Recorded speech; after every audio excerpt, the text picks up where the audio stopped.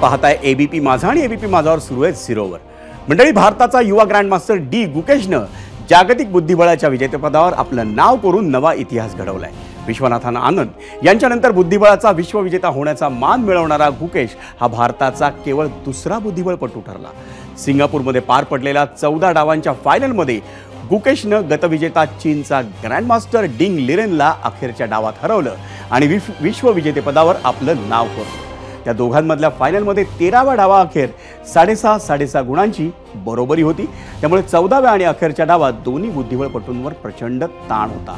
त्या परिस्थितीत अवघ्या 18 वर्षांच्या गुकेशनं लिरेनचा 14व्या डावानंतर 7.5 असा एका गुणानं पराभव केला आणि विश्वविजेतेपदाची कमाई केली।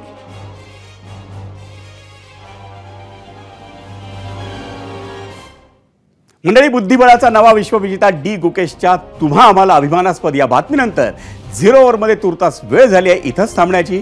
पण उद्या रात्री 7:56 पुन्हा भेटूयात नव्या राजकीय आणि सामाजिक बातम्या तसंच त्यांच्या विश्लेषणासह। मंडळी, ताज्या अपडेट्ससाठी पाहत रहा फक्त आणि फक्त एबीपी माझा।